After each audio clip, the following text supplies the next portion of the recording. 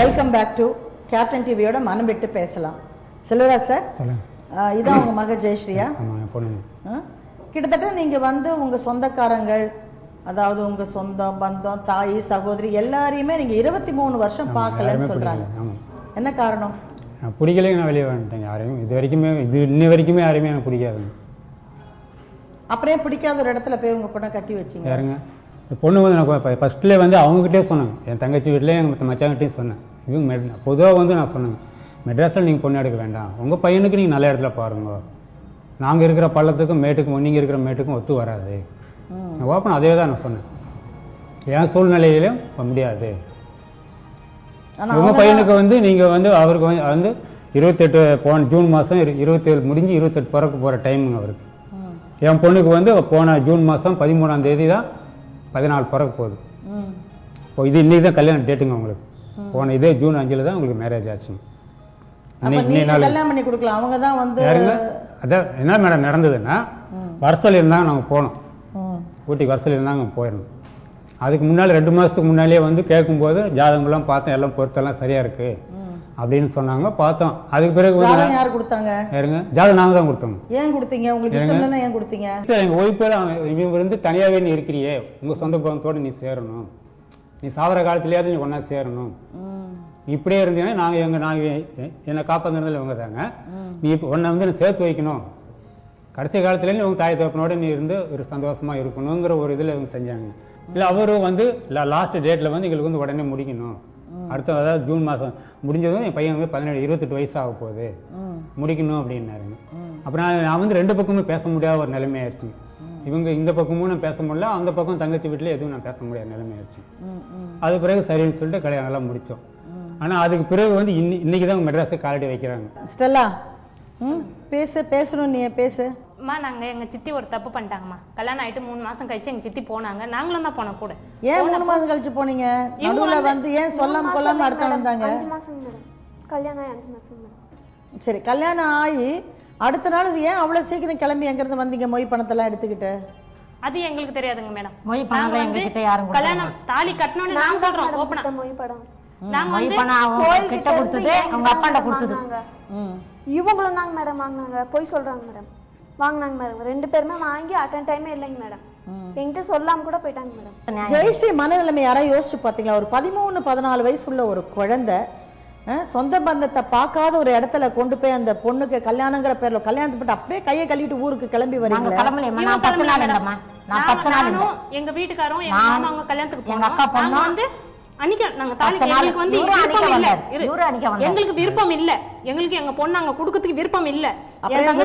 யாரோ உங்க கையை பிடிச்சு இழுத்து கழுத்துல தாலியை கட்ட வரைக்கும் கையில துப்பாக்கி வச்சு கட்டின மாதிரி சொல்றீங்க. செஞ்சதுனால நாங்க என்ன பண்ணோம், சரி நம்ம என் தங்கச்சி மூஞ்சி பார்த்தா நான் கல்யாணத்துக்கு கூட போனேன், இவங்க மூஞ்சி பார்த்து நான் போல. இவளா போனாளா? இவ லவ் பண்ணி இவங்க தான் நீங்க சொல்றது அவளா காதலிச்சு ஊரை விட்டு ஓடி போய் கல்யாணம் பண்ணிட்டாங்க. அந்த மாதிரி கேட்கலாமா?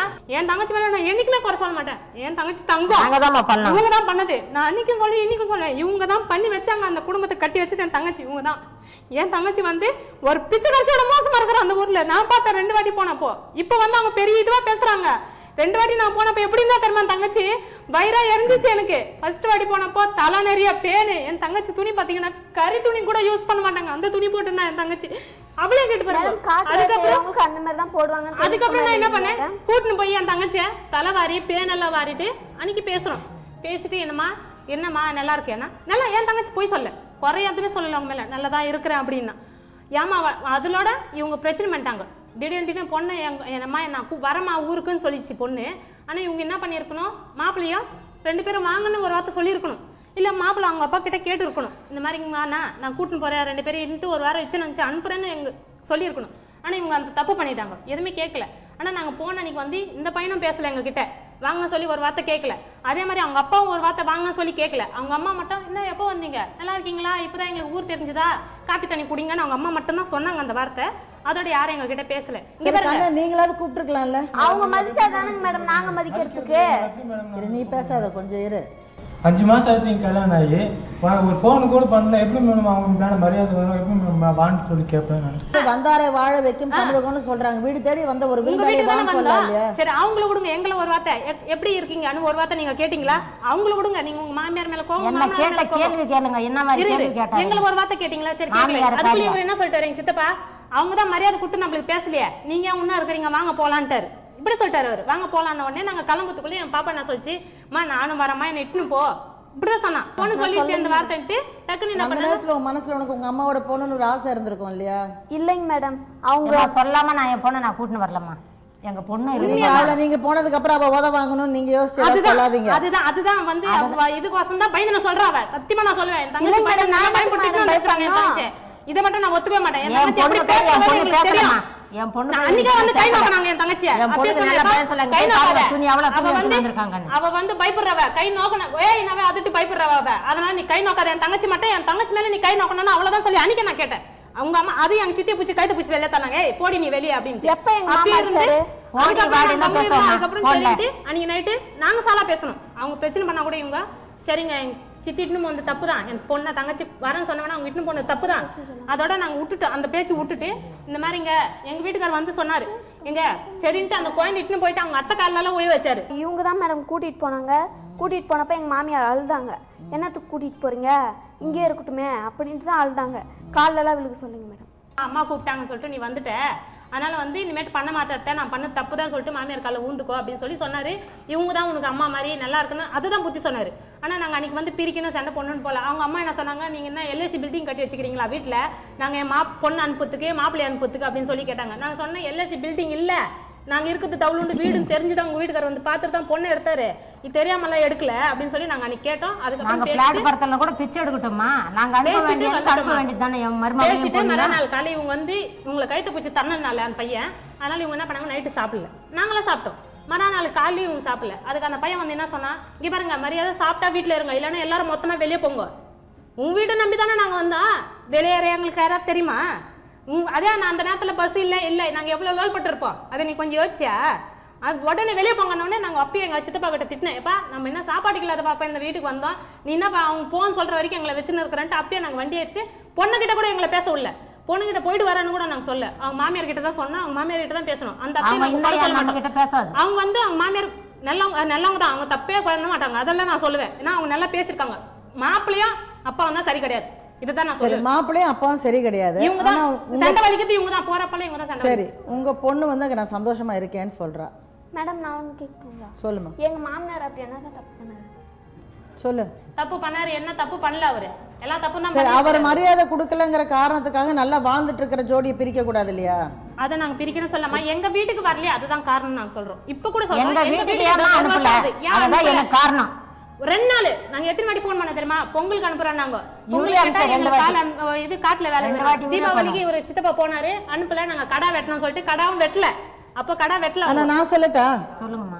நான் அவ இடத்துல நான் இருந்தேன்னு வச்சுக்கோங்க, நான் ஜெயஸ்ரீ, ஒரு 13-14 வயசு பொண்ணுக்கு நிறைய கனவு இருக்கும், அப்படி ஆகணும் இப்படி ஆகணும் அப்படி ஆகணும். இருங்க, நீ கனவு காணாது அவளுக்கு, அவ முதல்ல அவ கனவுக்கு பேசிட்டு இருக்கோம், உன் கனவு அப்புறமா தனியா பேசலாம், ஓகேயா? அவளுக்குன்னு ஒரு கனவு இருக்கு. அப்படி கனவு இருக்கிற ஒரு பொண்ணை அவ விருப்பம் இருக்கா இல்லையான்னு சொல்லக்கூடிய மனப்பக்குவம் கூட இல்லாத பொண்ணு அந்த நேரத்துல கல்யாணம் பண்ணி கொடுத்துட்டு இப்ப வந்து அவ ஏன் இங்க வரல, நான் அம்மா முதல்ல முழிக்க வேணாங்கிற ஒரு ஃபீலிங்ல தான் இருக்கும். அந்த மாதிரி சொல்லி கொடுத்துருக்காங்கம்மா. பேர்பட்ட பொண்ணு கிடையாதுமா, என் பொண்ணை பத்தி எனக்கு தெரியும். கடவுளே வந்து நின்னு சொன்னா கூட நான் ஒத்துக்க மாட்டேன். இல்லம்மா, என் பொண்ணை பத்தி எனக்கு தான் தெரியும். என் பொண்ணு எப்பேற்பட்டவ, எப்படி வளர்ந்தா, உன் பொண்ணு பத்தி தெரிஞ்சா நீ எப்படி கட்டி கொடுத்த, யாரை கேட்டு கட்டி கொடுத்த? கட்டி கொடுத்தோம். இப்ப நம்ம வீட்டுக்கு வருவாங்க, அவங்க தங்காச்சி வந்து மாப்பிள்ளையோட வந்துட்டு போகுது, நாங்க போகும்போதெல்லாம் அவங்க தங்காச்சியா மாப்பிள்ளைய இருக்கிறாங்க. அப்ப என் பொண்ணு நீ ஏன் வரக்கூடாது என் வீட்டுக்கு? நான் கேக்குறேன், என் வீட்டுக்கு அனுப்பணுமா? அப்ப உன் வீட்டுக்கு அனுப்புறேன், இல்லன்னா அங்க வாழக்கூடாது, நீ அவ்வளவுதான் சொல்ற. நான் சொல்ல வரல, இப்ப கூட இதுக்கு வந்ததுக்கு நான் வந்துட்டு போனேன்.